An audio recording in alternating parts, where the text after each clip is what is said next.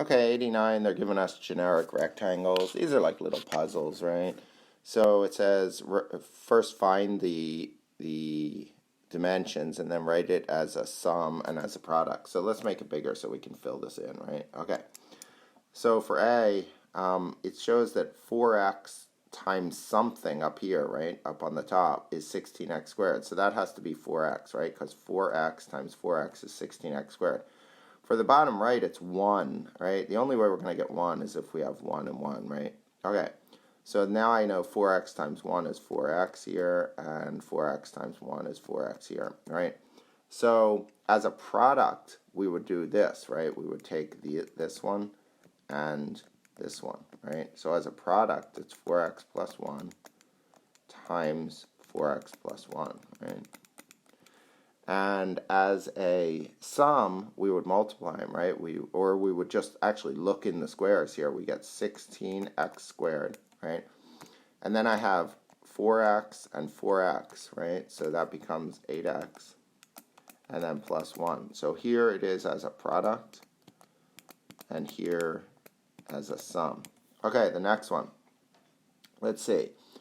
We have -3 on the bottom right, and we have -12x in there. So this has to be a 4x, right? Because -3 times 4x is -12x. And then on the bottom left, we have 2y, and then in the square, we have 10y. So that means that this has to be 5, right? Because 5 times 2y is 10y. So now we can multiply, right? I have 2y and 4x. So this is 8xy, right? And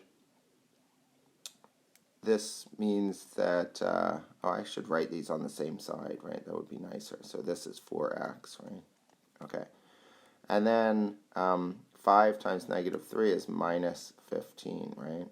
So now as a product, right, we take this one and this one, right? So as a product, it's 4x plus 5, right, times 2y minus 3 as a product. And then to multiply, right, we get 8x. We could just look at the squares in there, and I'm just going to read them off. It's 8xy, right? And then we have minus 12x. Again, when I'm doing this, I'm just looking right in here. There's the minus 12x. There was the 8xy. Next is 10y, right? So